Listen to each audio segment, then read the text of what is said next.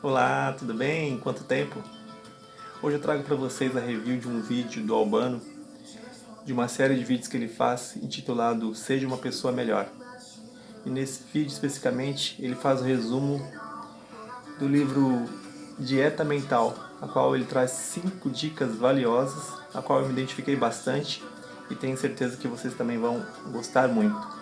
Portanto, veja com calma e seja uma pessoa melhor. A gente se vê por aqui em breve, se Deus quiser. Um abraço e até!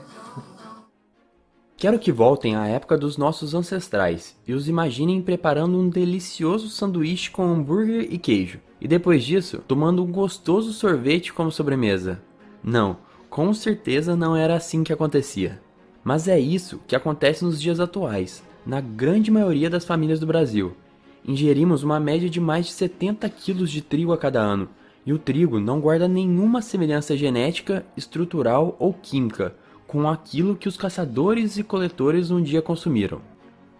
E para que essa conversa toda sobre história? Porque talvez seja aí que resida o problema.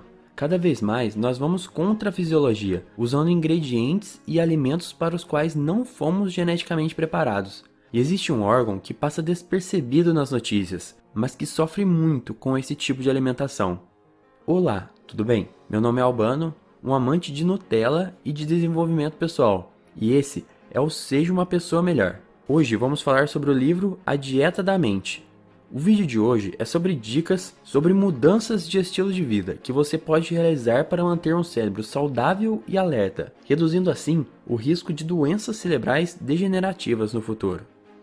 E quem que, assim como eu, tem o costume de ler embalagens de alimentos, com certeza já deve ter visto o aviso contém glúten ou não contém glúten, como esse daqui, vindo de um pão de forma. Mas você sabe para que serve essa informação?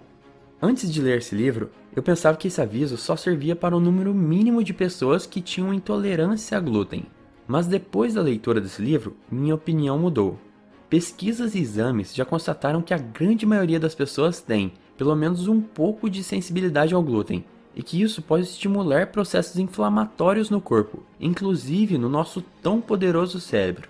Então, alimentos como tortas, pizzas e cupcakes deveriam passar um pouco mais longe das nossas dietas. Dica número 1: elimine, ou ao menos diminua, o glúten. E já aviso que não é uma tarefa fácil, já que muitos alimentos têm glúten, mas é algo que já comecei a fazer com a minha dieta. E para quem algum dia já pensou em alguma dieta saudável para o corpo, a diminuição da quantidade de açúcar consumida, como em sorvetes e outros doces, está praticamente em primeiro lugar. Vivemos numa sociedade que consome açúcar como nunca antes havíamos consumido. Vocês sabiam que a OMS, a Organização Mundial de Saúde, recomenda o consumo de cerca de 25 gramas de açúcar por dia e que hoje consumimos em média 6 vezes mais do que isso por dia? Não sei se entenderam, mas o que acabei de falar é que comemos atualmente em média 6 vezes mais açúcar do que nosso corpo precisa. E a gente não precisa ser médico para perceber a explosão de pessoas com obesidade, doenças cardiovasculares, diabetes tipo 2 e outras doenças causadas pelo uso excessivo do açúcar. Na nossa família sempre tem um caso, algum amigo que está assim, ou aquele conhecido que vemos todo dia. Cada vez mais vemos mais e mais casos. E aí nessa hora a gente começa a perguntar, mas eu praticamente nem uso açúcar na minha alimentação, como assim eu como 6 vezes mais que o recomendado? O que acontece é que a indústria alimentícia se aproveita tanto do quanto nosso corpo gosta de açúcar, que está colocando açúcar em praticamente todos os alimentos. Só um copo do refrigerante mais famoso do Brasil tem 37 gramas por lata, que já é bem mais do que o recomendado para um dia. E isso sem falar do pão de forma integral, que com apenas 2 fatias tem mais do que essa quantidade. E ainda pior, pois o açúcar, aliado à farinha de trigo usada, exponencializa o poder maléfico de picos de glicose no sangue. Dica número 2: diminua carboidratos e o açúcar.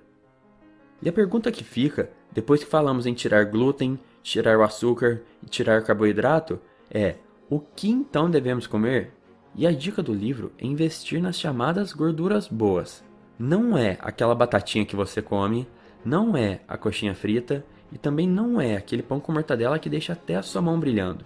É um outro tipo de gordura, encontrado em outros alimentos. Fomos criados e acostumados com a ideia de que a gordura é algo ruim para o nosso corpo, o que em muitos casos é verdade. E também sempre ouvimos que se quiséssemos emagrecer e ficarmos saudáveis, devíamos fazer uma dieta pobre em gorduras. O problema é que isso vai contra o que, de novo, os nossos ancestrais se alimentavam. O que diz o livro é que deveríamos buscar mais fontes de gorduras boas, encontradas, por exemplo, nas sementes, que são muito mais semelhantes ao que nossos ancestrais comiam. Dica número 3. Aumente o consumo de gorduras boas.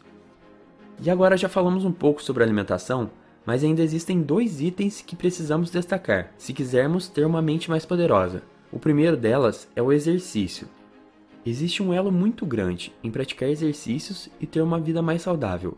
E isso todos já devem saber, mas o que descobertas mais recentes tornam mais do que claro é o elo extremamente forte entre exercícios e a saúde mental. O exercício, nas palavras de cientistas, parece construir um cérebro resistente ao encolhimento físico. Na verdade, como seres humanos, sempre fomos fisicamente ativos. Foi só num período bem recente que conseguimos o privilégio de uma vida sedentária. Porém, nosso corpo, que foi moldado há muitos anos atrás, exige exercícios aeróbicos regulares para sustentar uma qualidade de vida. A dica número 4 é: exercite-se.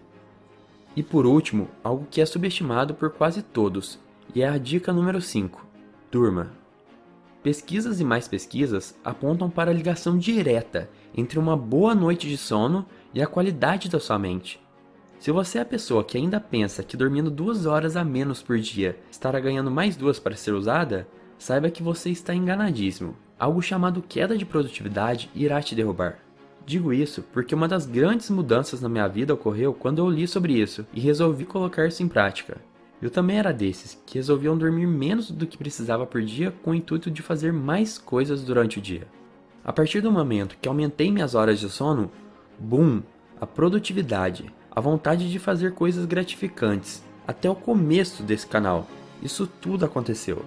A dica é simples e também gostosa: arrume seu quarto e o deixe como um local apropriado para dormir, e simplesmente durma. E essas foram 5 dicas do livro A Dieta da Mente. Se quiser saber mais, recomendo fortemente a leitura do livro. E também aguardo vocês nos comentários com suas dúvidas e sugestões de leituras complementares. E também se inscreva para receber notificações de mais vídeos como esse. Vamos todos juntos nutrir a nossa mente e seja uma pessoa melhor.